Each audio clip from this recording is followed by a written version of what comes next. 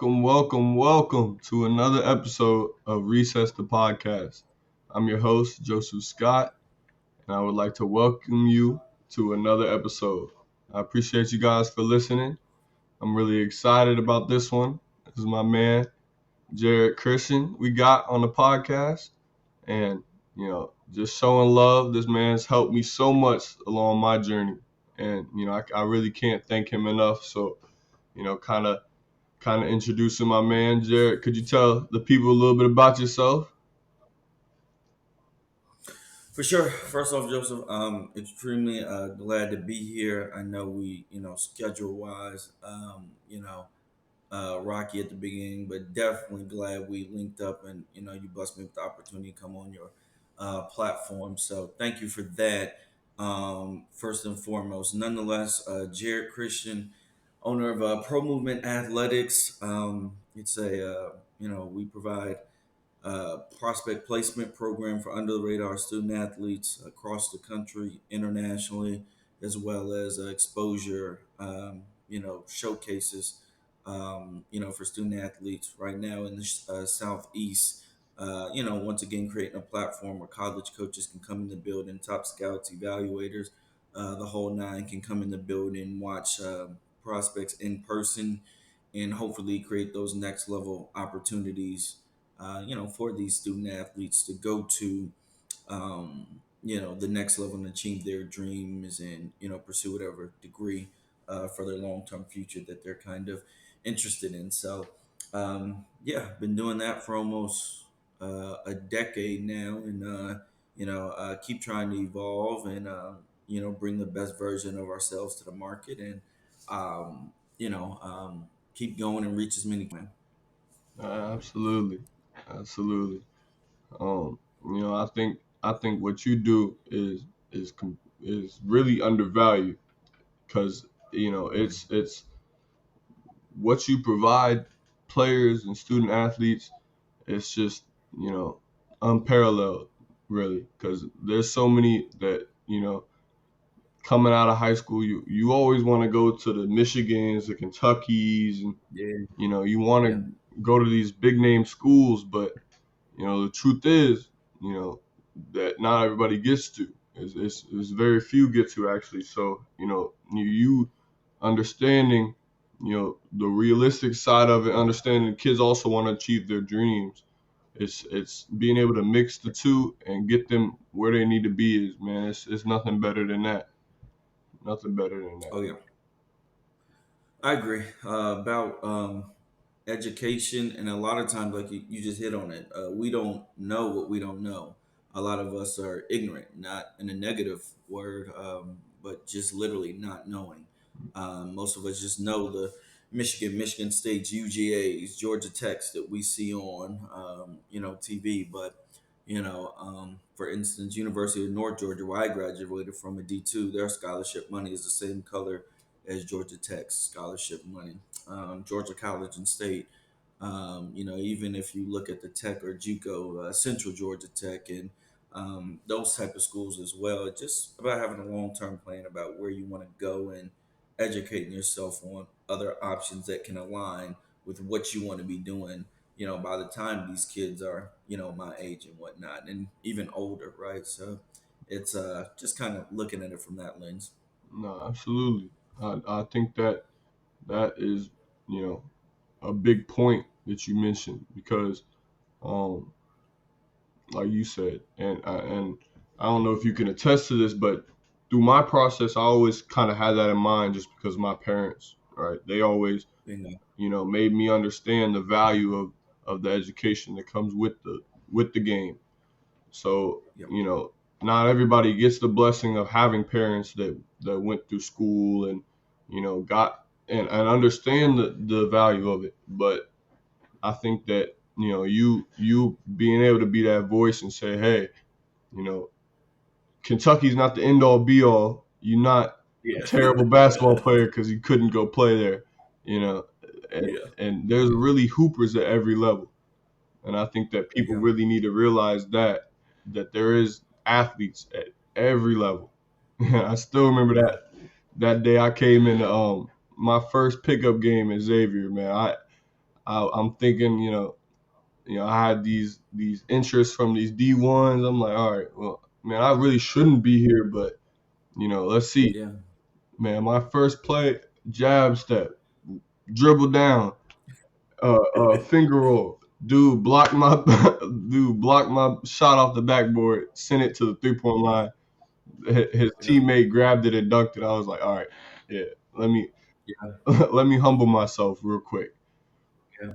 It's very different, and in today's age, where so much is done online, digitally or whatnot. Like that's why I tell kids all the time, like, and parents more than anything. So I'll go back two seconds real quick, but yeah, with your process, you had two parents that were understood the value of education, that wanted you to go play basketball. But that was more secondary than the primary. Yeah, They were always looking at the primary in terms of the educational component, and that's what put you in a situation to kind of look at the whole landscape of things. But you're right, most parents, whether they I don't know, didn't go to college or didn't experience the recruiting um, um, aspect for themselves, like they just don't have those necessary components. So when they're giving specific advice, it's just from a very, one-sided perspective, solely basketball. But for me, I've had over mm, 5, 6 surgeries on my knees, two fasciotomies to my legs. So like this stuff could end, relatively quickly, and all those injuries happened as soon as I a broken foot and all that type of stuff. As soon as I went to college, so most of us have to, pivot relatively quickly. But in terms of that process, when you are a senior, like educate yourself on like the different levels. Like there's no excuse for kids and parents. You can have your opinions on these levels, but before you have those opinions, go online to their website and watch your University of Louisiana stream. Go online and watch a University of Georgia stream. Go online and watch a D3 stream, a Piedmont stream, a Maryville stream. You know what I mean? Um, and once you kind of see this stuff with your eyes, you're like, oh, wait a minute. And then yeah, if they're being honest with themselves about what they're seeing, they'll say the same thing you just said. yeah. They're hoopers at every level, right? And sometimes hoopers at those every levels, like they trickle in for different reasons. Transferring, may want to get more playing time. A certain situation, you don't know what can happen. Mm, A funny story. I was at a this was probably 3 years ago. I was at a NAI game, right? And the starting NAI two guard was 23. The starting three man was 24 and had a kid. And the starting five man, who won second team all conference in that league, about a 6'5", 6'6" athletic guy, he was 31 with three kids, right? So it's just, first of all, these kids are getting older and older and older and older. And then, a lot of these schools from certain, depending on a lot of conferences are, specifically transfer heavy from D1s and D2s, right? So that might be different than the fellow NAI or D2 conference. So you just got to educate yourself. And like a lot of these streams are free. Watch a few streams, educate yourself. absolutely. And to be honest with you, like just from experience, the streams don't even do it a justice. Because you still, you still might watch a stream and still be like, man, I can take them, But until you get on You that need to court go with in first. them, until you get on that So court you with need to go in first. Yeah, that's a good point because you don't know how. You can kind of tell how big and strong someone is, but like if you see them come out the tunnel, and you can tell what a mid-major D1 transfer looks like. Um, and you can tell what a kid literally doing warm-ups, 360 in between the you can wait a minute, why is this kid here? So that's a good point. If you can't make a game, you need to make a stream. But yeah, like seeing it in person, I will say it is different, especially if you've never seen those level games before. them. Yeah, Never. no, Find yourself a tournament to go to, Probably stay in like these beginning of the year tournaments, Thanksgiving, whatever type of Thanksgiving or Christmas tournament. Just go to one and stay for a day. Watch your 3, 4, 5 games, and I bet you if you do that at the D3, NAIA, or JUCO or D2 level, your perspective should change if you're halfway realistic. Absolutely, absolutely. There's no way it can't. There's no way it can't because like I still remember that game. Rayshawn Mark, the game I went and visited. Which Uh-huh. he'll actually be a guest on the show later on too. But I watched Uh, I watched him play. I mean, this kid had 48 in the game I came and visited. But you watching it, and even watching it, you're like, all right, they're not moving that fast. I can keep up with them, you know. But it's a different level of intensity, and I don't think people get that when they step on the floor. Because in high school, when you're in high school and you're good, right? People, you know, you get to do what you want pretty much, right? You're yeah, the you LeBron. can control the good. Yeah, Yeah, so the coach isn't going to check you most of the time. I got lucky. I got a coach that no matter who you were, if you were BSing, he gonna call you out. But most of the yeah, time, like you didn't get checked. It wasn't. Hey man, you slacking today. Like pick it up. It's really just all right. mhm, And that can affect the team too. And that's what true. a lot of coaches look for. I feel like is those guys that are just energy guys. And you need if you're a basketball player, you need to naturally be an energy guy because if you Bingo. can't make yourself go, you Yeah, going it's going to be a hard career for you. And yeah, that's from experience because it was when I started freshman year, it was you don't get all the attention, especially coming into school. no, You don't get the yeah, attention. Most of the time you forgot about like I can't tell you how many times I watched practice sitting on the sidelines, you know, squatting, trying to keep my legs warm because I might see the court for, a couple plays, but it's yeah, not much. But, yeah, just yeah, understanding that, all right, I gotta work to get there. It's a fresh yeah. start. I gotta work to get to that point. And the only way you can do that is through pushing yourself. So the coach isn't going, it's not high school. So you don't get those, all right, come on, let's go. I agree. You know, like, let's get going. Nah, like, it's a business, I agree. you know? Yeah, and you hit on a really good point. Energy, energy, energy. If you want to play as an underclassman at any school, D3, NAI, D2, JUCO, wherever, D1, unless you're like a top 100 type of player, 150 type of player that's going to come in those situations and start and be handed the ball, usually he has two or three other guys that are the ball dominant type of scorers. So unless you're high energy, high motor without the ball, then more than likely either you won't ever play or like you probably won't play till late upperclassman status when you're just older than guys, and even then a younger guy might come in and take your spot because um and that's the thing, like tables turn and things switch all the time, and that's in life. Like, with what you're doing right now, you'll look at different landscapes for podcasts for this and that, and like you always have to consistently tweak and pivot relatively quickly to stay relevant in your space. Mm, Same thing for basketball, right?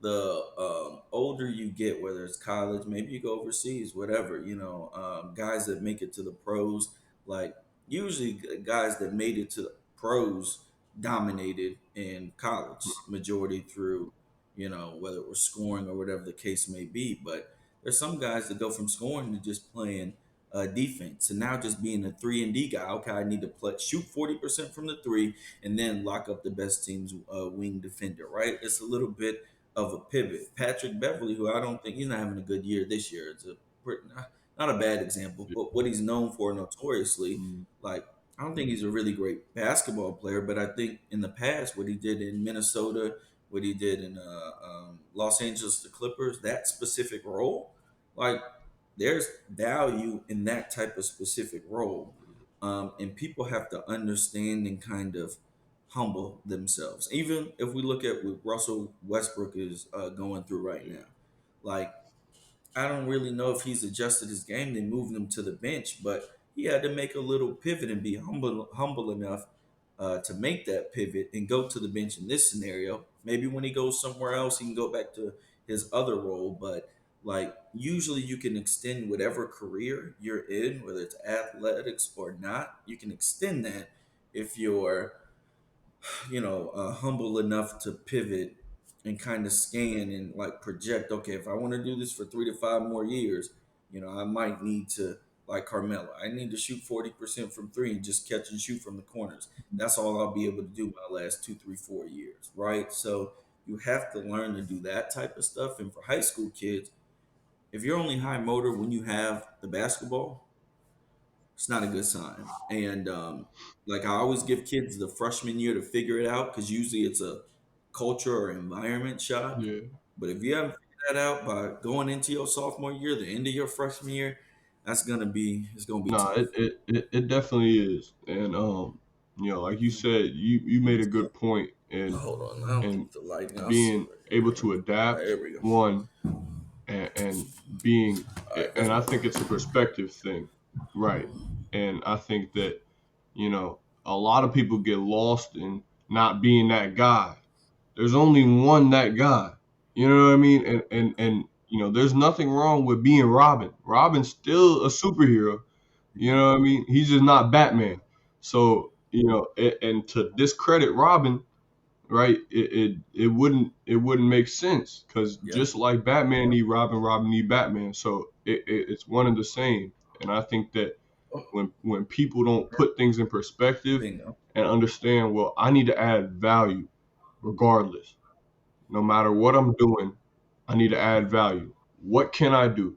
And Bingo. it was for me at least, it was a humbling situation because I'm going out there and I know, like you seen me play, Jarrett. You understand Yeah, I'm good in the post, all right? I can score in the post when I need to.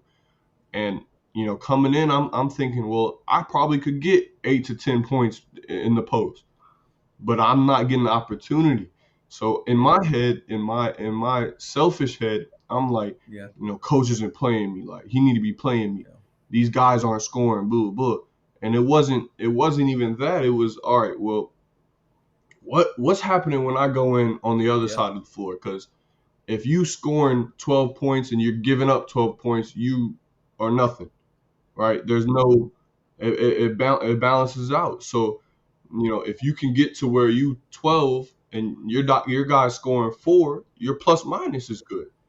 So for me, it was all right. Well, I'm getting beat off the dribble, yeah. right? That's Or I'm getting bullied in the paint. So how can I adjust? All right. So you know, me putting things in perspective bingo. was was Bingo. key in me playing because I played later on in the year, and Yeah, you know once I started playing, once I started yeah, getting minutes, it was on the defensive end, right? I mean, there's times where in game, we're tied up, conference play, and he put me in to make that, and I made that yeah, last play. That's huge. So, it's not, I'm not that guy or I'm not getting my yeah. minutes. It's where can I add value in what I'm good at. And then later on, you'll be able to, because I still got my buckets. I See? still had 8, 10, but Yeah, I that's got on the floor with the other stuff that we needed. bingo. And like bingo, it's life is perspective. Life is perspective. I was talking to a kid in the program right now. Smaller kid, undersized, really never didn't get too many minutes as a junior on varsity. And this is as a senior, this is basically his first year on varsity. But he already has an offer from a school, right? And that in itself is extremely rare. A kid that really didn't play any minutes as a junior on varsity, already got an offer. And I was talking to him. He was like, "Well, things have slowed down, and I only have one offer." And I was like, "Well." there's kids that have been on varsity 3 years that don't have an offer. And there are some kids that will be all state and all that other type of stuff, and they still don't get an offer. So I told him first it's about like changing your perspective in terms of like not being satisfied, because you know how this game is. Most kids, they want as many offers as they can get, especially in this age. It's not real unless you can post it on Twitter and all that type of Exactly. stuff. But I get that, but that only lasts for so long. Like Yeah. in your shoes, as soon as you got to college right now, like that type of stuff don't mean too much in the grand scheme of things, right? Things change relatively quickly. So, like, life is about perspective, and the reality is, if you are a freshman at any school and you're getting 6 to 8 minutes per game, ask anybody in the industry or educated or knowledgeable about that. Like, that's excellent. A true freshman getting 6 to 8 minutes per game, Yeah. wow, like okay, like that kid got a shot. But most times, these kids are used to playing, the whole game in high school, and everyone says trust the process until it's time to trust the process. That's Yeah. just the reality of life. The majority of times, most people want what they want and they want it now. They'll use the hashtag trust the process, this or that, but when it's time to do that, everyone believes they're an outlier to that situation, Yeah. right? They'll say, "Oh, this kid, he's at a D2, and he's started at a D2 or a D3, and well, that's an outlier." How many of those kids can you point out versus those other kids freshmen getting less than 6 to 8 minutes per game, right? Pointing out an outlier doesn't prove, like, it proves the rule. It doesn't disprove the rule, right? Yeah. So, you have to be able to kind of be real about the situation, and then protect your perspective in your mind, because when you're away at home, parents ain't there, going into grown man grown woman status, whatever. And like, if your perspective and mentality isn't right, stuff can snowball really quickly, very quickly. I want to put emphasis on that protect your perspective Yeah. because it really is, protecting your perspective because Yeah. like you said, when it's time to trust the process, people want to trust the process. No. Mm-mm. And it's almost like you got to trick your mind into believing that you're getting there while you're Yeah. not. You know what I mean?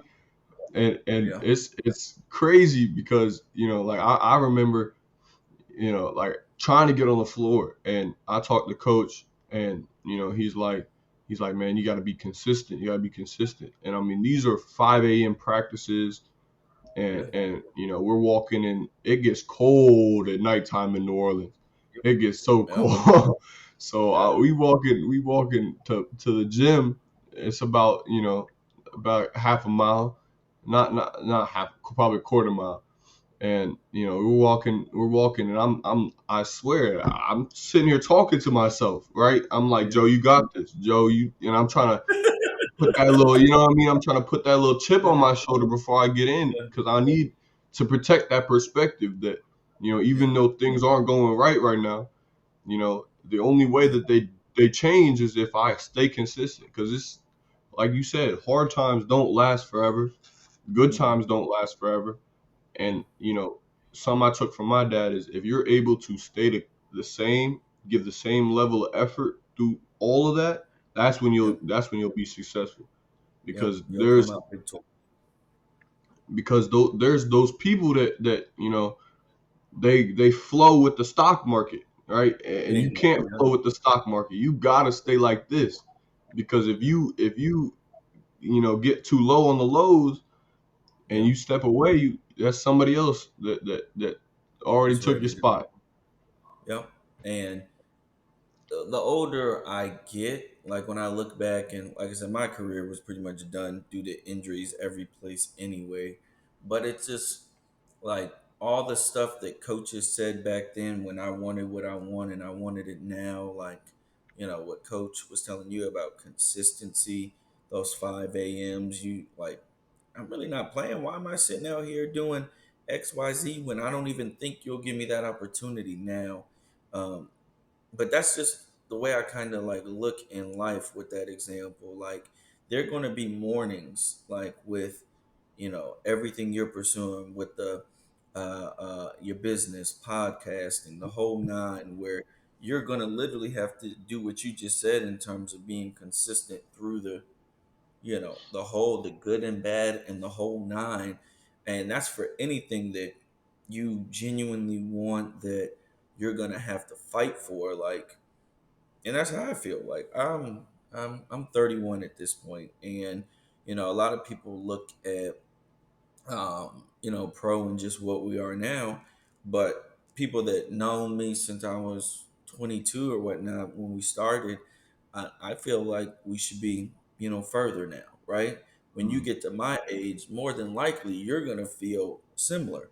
Like I feel that this should have been at this point by now, but usually in life, what I've learned is like whatever you want to do, it actually takes a little bit more time than what you think it's gonna take. But are you trusting that process to continue to stay with it, all the way through? And I remember, I think it was I don't remember what Nipsey Hussle song it was. I don't know if it was Top 10 or something like that. And he basically gave the quote, said the only difference between me and anybody else going through it is I just I didn't give up. I kept going. I kept fighting on the bad days, the slow days, and if you're really trying to do something, you'll get up every morning and really, die behind what you're trying to do, and like Yeah. that's trusting the journey, not even worry about the end goal. If you wonder if you're on the right, you know, journey on the right path, you'll know if you're not necessarily worried about the end goal, right? The end result, the trophy at the end, more than literally the whole process all the way through. If you're just thinking, oh, I got to get here so I can get this, probably not the right thing. Those aren't what we call a genuine thought process if it's enhanced by what they call it, the treasure chest at the end of the rainbow or something like that. Yeah. So you really gotta like that's gotta be it's gotta be in you, and you can always tell for the certain people what, because some people don't have it or haven't found that yet, but for the ones that do, you can tell. I can tell he's extremely serious about his podcast, and I can tell he's extremely serious about his clothing line, this and that. And then you got people that are kind of flowy, right? Mm. And if they're flowy when they're 20, more than likely they're going to be flowy when they're 30. And if they're flowy when they're 30, more than likely they're going to be flowy when they're 40, 40. 50, or whatever the case may Yeah. be. And then you got to ask yourself, what type of life is that? The type of life you want when you're that age? Um, and there's no right or wrong answer to that. It's just what you want. And Mm. then you look at it from that perspective. All right, let me do what I got to do, and you'll enjoy it along the way if it's the right thing. And that's the thing about it is, enjoying it, because the end goal, you can have the end goal in mind. There's nothing that should be your cool. That can be your why, but understanding that the lessons you learn and the person that you become along the way is what is going to be beautiful about it, and Yeah. like I didn't even like looking in terms of basketball, like I didn't play pro, I didn't, but that year that I took to hoop, I learned so much about myself and what I got to do as a Yeah. person, that it made all the difference. It was the reason I went through it, and I didn't see it. And Yeah. it's crazy because people always ask me. Like a friend of mine was telling me, you know, like, dude, like, look what you've done in 4 months with your business. Like, imagine what you would have done if you didn't go to school that last year, and or if you didn't Mhm. play basketball. And I sit there, and I'm like, I haven't even thought about that, because Yeah. you know, leaving high school, I didn't have the tools to get to where I'm at, and I didn't have Yeah. those internal resources. And Yeah. basketball in that year taught me that you know it doesn't matter how you feel, it doesn't matter what you're going through. Get up and work for your goals, right? Yeah. become more than you were yesterday. And if you really break it down into just little bits, it doesn't become overwhelming. Like you said, No. Yep. it's day by day, right? You lay Yep. down, and And Coach Whitlock taught me that you lay down, you lay your head on the pillow at night, and if you're satisfied with the energy and effort you gave that day, you should be good. Wake up, do it again bingo. tomorrow, That, and you're good. Like break it down. Don't I agree with that. you know? Dang, I should have been here Yeah. dang, I didn't do nothing this year, or I should have been here in 10 Yeah. years. Like you can't look at it like that, Yeah. you know? Steps. Baby steps. You look too far ahead and just solely focused on that trophy or whatever it is, that's how you end up tripping over the stairs, over your shoes, whatever it is. And like I agree with Coach Whit. Like I've known him for quite some time. Great coach, good man, and like that's the way I look at it. People ask me all the time, "Oh, is it any pressure, to have all those kids in your program and you're worried if they're like?"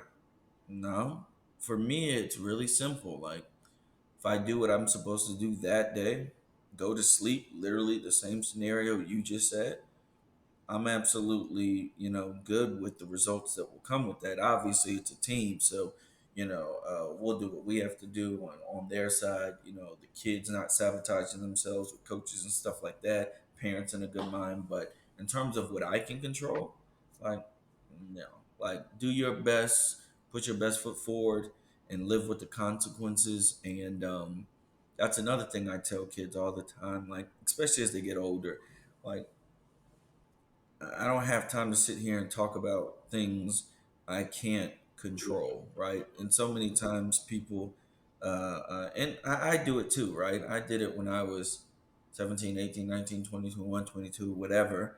But it's trying to get kids to understand that earlier in their like journey, like you sitting here talking about all these negative things that coach did or whatever that specific situation was. I just asked you a direct question. Did you give your best effort? Well, no, because I there's nothing else to talk about. That's the Yeah, first thing.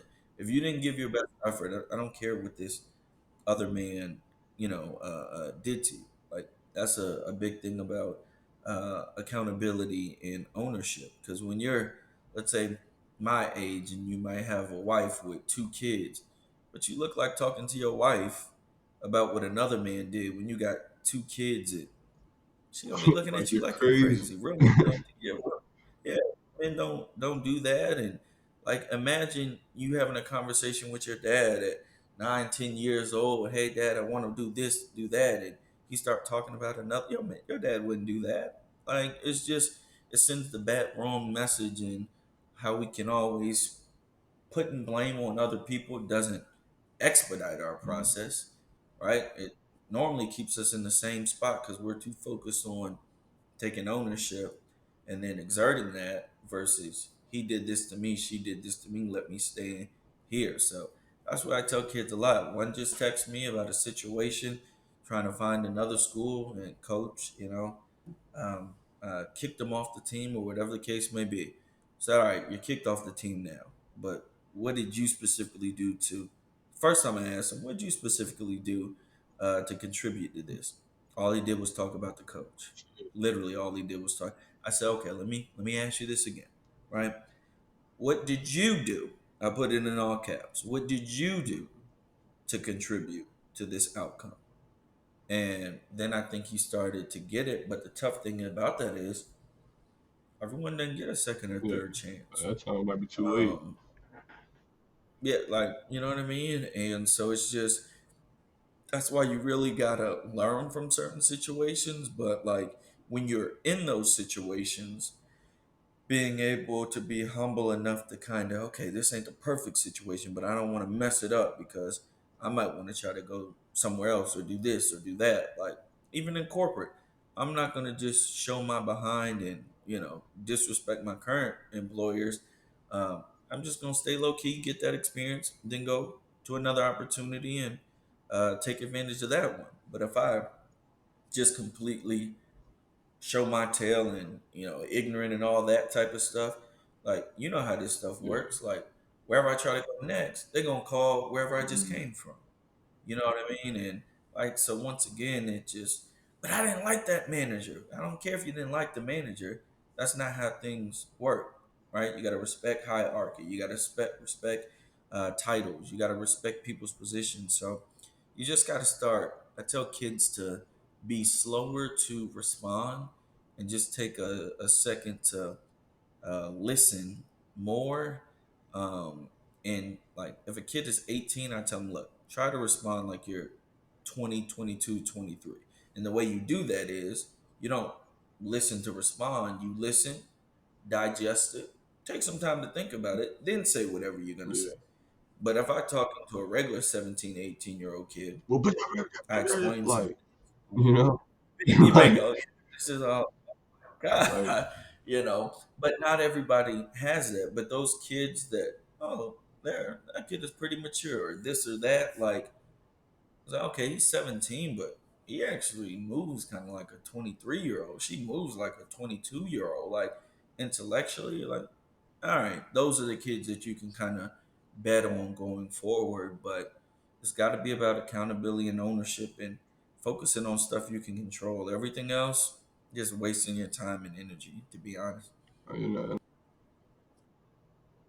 know, and I think you're absolutely right, I think that is Bingo. controlling emotion, and like you said, accountability, because like at the end of the day, like you said, you can only Yeah, control what you can control, which is how you think, what you do, yeah, and what you say, right? So you can't control. I can't make you do yeah, jumping jacks right now, yeah, right? I can do yeah, them, but I can't make you do jumping jacks.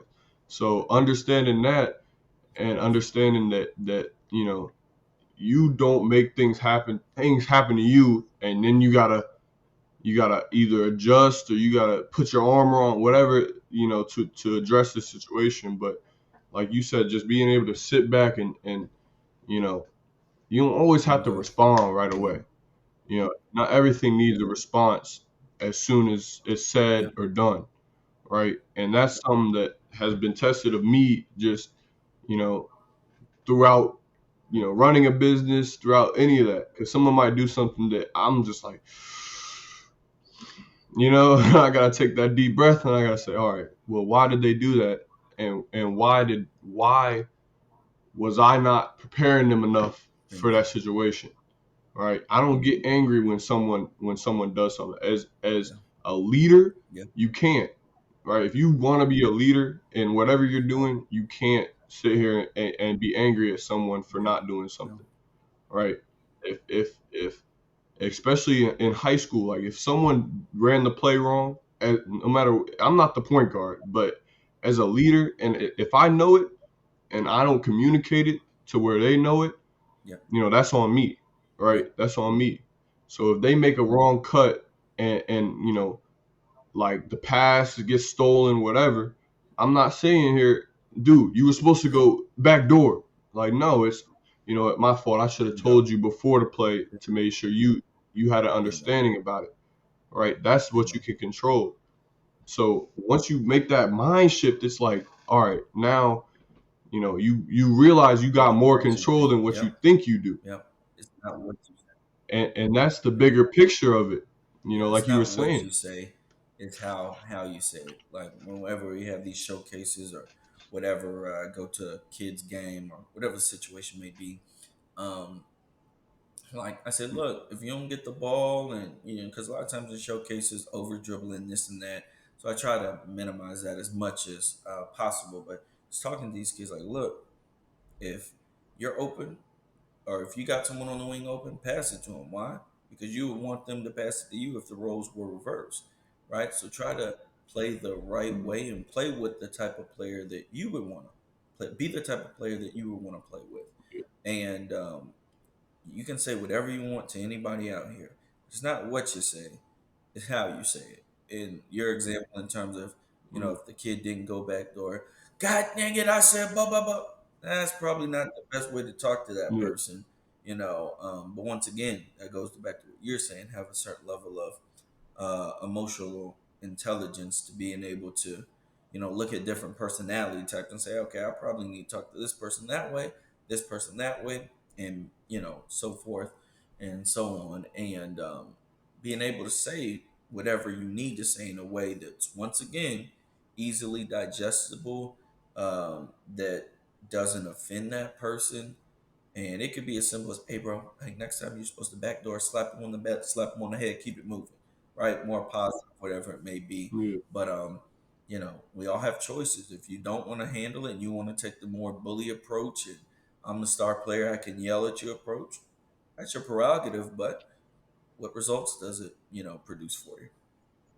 And like you said, it's communication and it's understanding your audience, right? Who you're talking Yeah, to, bingo.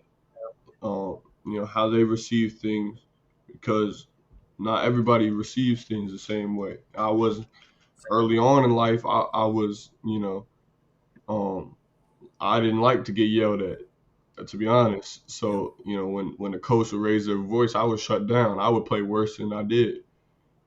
Now yeah, recently, past few years, I respond to that yelling, right? yeah, And so it shifted for me. But like you said, it's understanding your audience and understanding, maybe Jarrett doesn't respond, to the loud, to the aggressive, yelling. Maybe he does need that positive reinforcement. And it just comes down to that. Just comes down to understanding your audience and who you're speaking to. yeah, yeah. And humble enough, if you're the messenger, to being able to adjust per Mm. individual. Some people, I'm gonna talk to you however I want. I'm gonna talk to everybody however I want, and y'all conform and just around me. And usually those aren't the best leaders. They might be great individuals in solo acts, but unless you are in an individual sport like a boxer or maybe I don't know an individual rapper or singer or something like that, maybe. But you still need teams around you of individuals, so it just makes it hard, in my opinion. Yeah, no, you're right. You're absolutely right.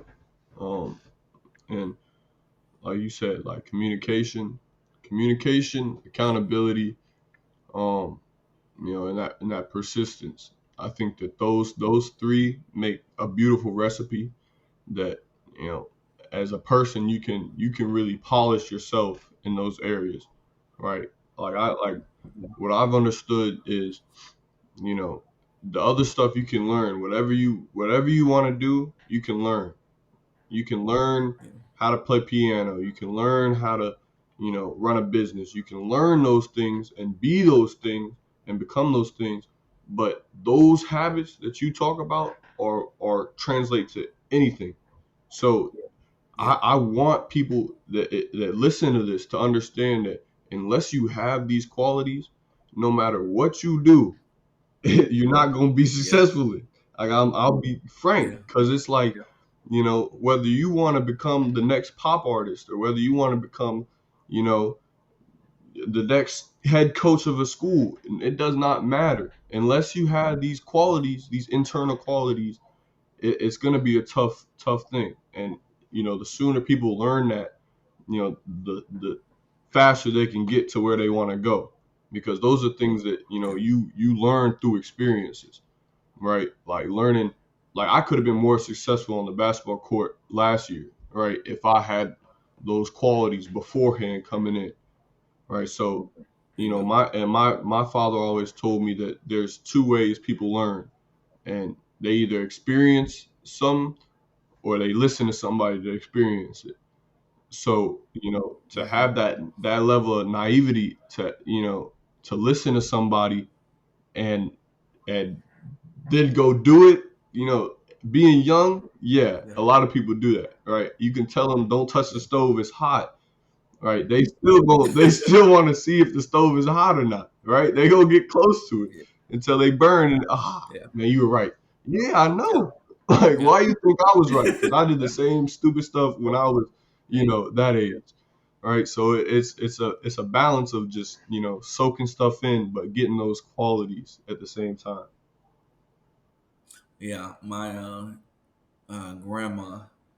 always says, you're smart if you learn from your mistakes, but you're wise if you learn from other Mm. people's mistakes. Ooh, So, we all got to go through different things and experience them, but kind of being wise, it inherently expedites your process in terms of wherever you want to go. There are certain things you may have to mess up and do on your own, but if you can watch and be like, yo, Jared did this, yeah.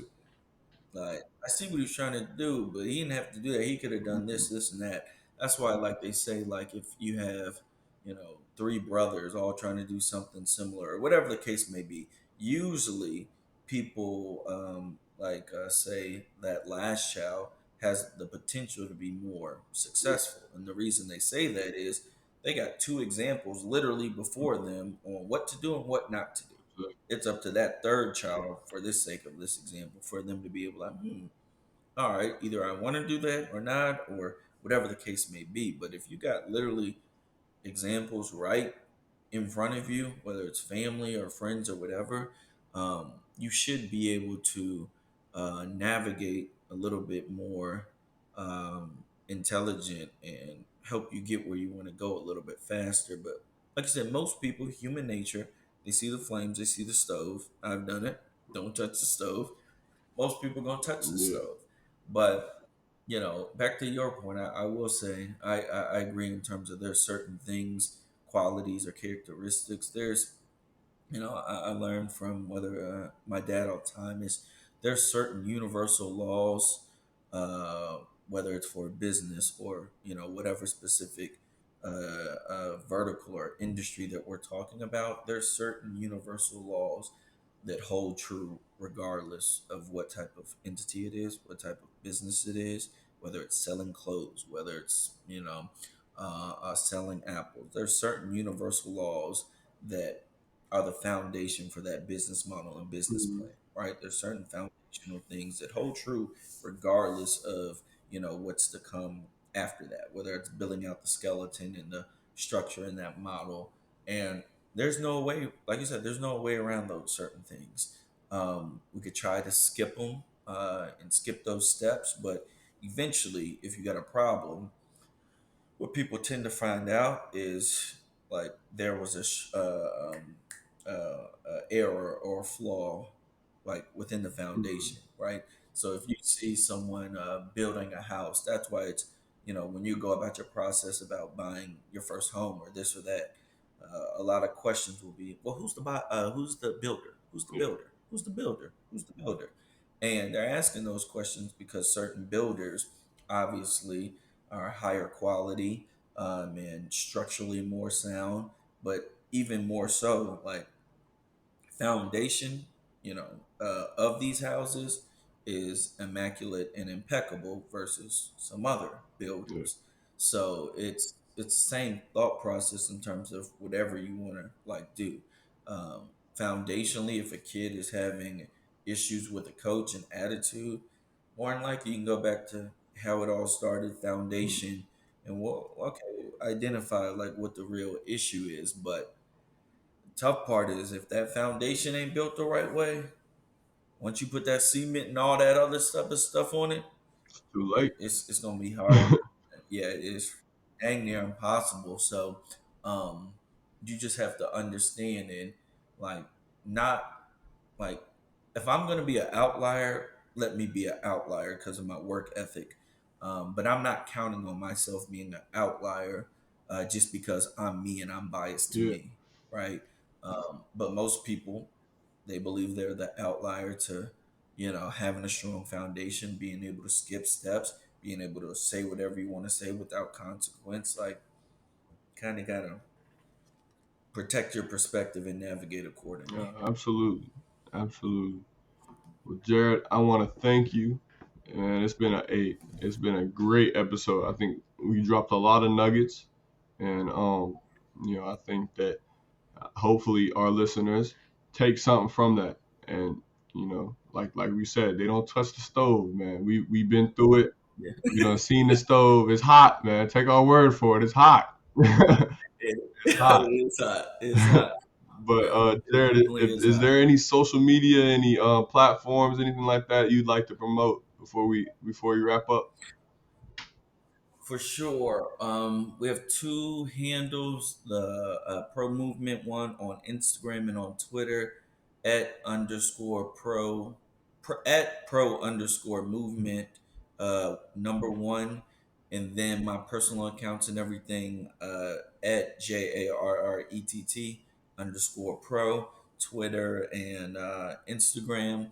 And yeah, we're working on some things coming around the corner. So I'll definitely, keep y'all in the loop. But until then, if you ever need anything from me, man, let me know. I'm definitely proud of you, what you're doing, and I can't wait to see where you are, where this is 2 to 3 years from now, and then 5 to 7 years from now. So just, you got the right people around, you got the right mentality. Now, like you said, listening to pops and mom and being consistent with that flow, because it'll come, but I think you'll be standing there at the Yes, end. sir. Yes, sir. Well, Jared, again, I appreciate you. Thank you for coming on the show and everything, man. And outside of the show, man, we gotta catch up. We gotta get together soon and sit down, maybe grab some lunch or something. Just chop it up. We can do that. Yeah, no, 100%. You got my number. Let me know. I'll be there. And I appreciate you, Yes, man. sir. Thank you guys for listening. It was another episode of Recess the Podcast.